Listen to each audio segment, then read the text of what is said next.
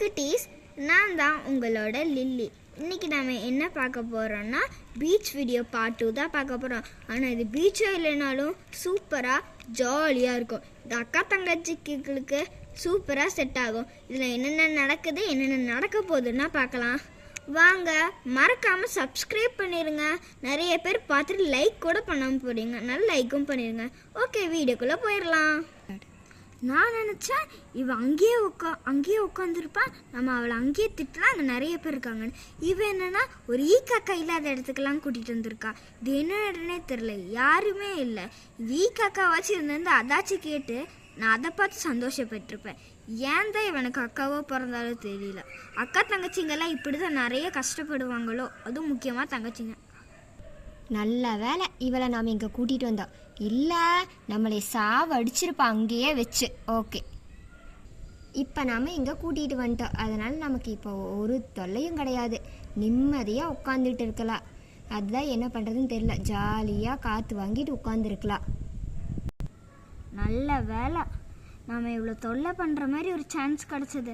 இந்நேரம் வேறு எங்கேயாச்சும் தொல்லை பண்ணாத மாதிரி ஒரு இடத்துல ஒரு வீட்டுக்கு கூட்டிகிட்டு போயிருந்தா என்னோட நிலைமை என்ன ஆயிருக்கும்.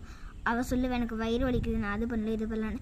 பரவாயில்ல, அவள் சும்மா உட்காந்துருந்தாலும் அது எனக்கு ஜாலி தான், தொல்லை பண்ணுறதில்ல. ஏ டங்கு டங்கு டங்கா டங்கு டங்கு டங்கா பௌ பௌ பௌ பௌ பௌ பௌ பௌ பௌ பௌ பௌ பௌ பௌ. என் மென்டல், எனக்கு கோவம் வந்துச்சுன்னா என்ன பண்ணுவேன்னு எனக்கே தெரியாது. ஓங்கி ஒரு அப்புன்னு சவுத்துல போய் முட்டிக்குவேன். சரி, இவ அப்பனாலும் நாம் போய் ஒட்டிக்க வந்தோம், அது வேணால் உண்மைதான். நம்ம ஜிம் போய் நல்லா உடம்பெல்லாம் ஸ்ட்ராங் ஆக்கிட்டு வந்து அப்பலாம் நம்ம இவளை இரிட்டேட் பண்ணனா என்ன, நம்ம இவளை உசுப்பேற்றி விடுவோம். வேறு ஏதாச்சும் மெத்தட் பண்ணி கூட இவ்வளோ இரிட்டேட் பண்ணலாம். ஆனால் உசுப்பேற்றி விட்டு அது இன்னும் பிரச்சனையாகும். இரிட்டேட்டாக பண்ணாலும் வேறு மெத்தடில் பண்ணலாம்.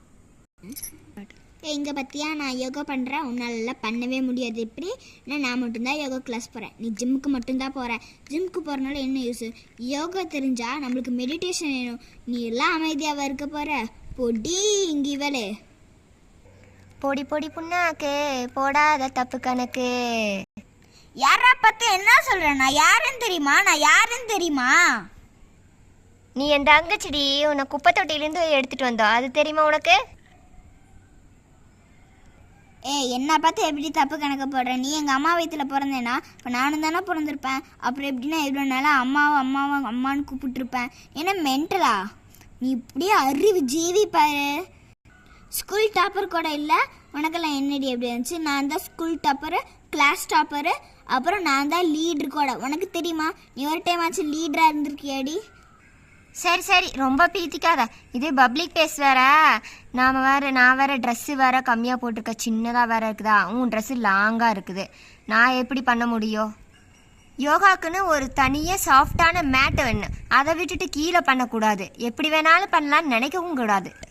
சரி வீட்டுக்கு போகலாம், இருட்டாயிட்டே வருது.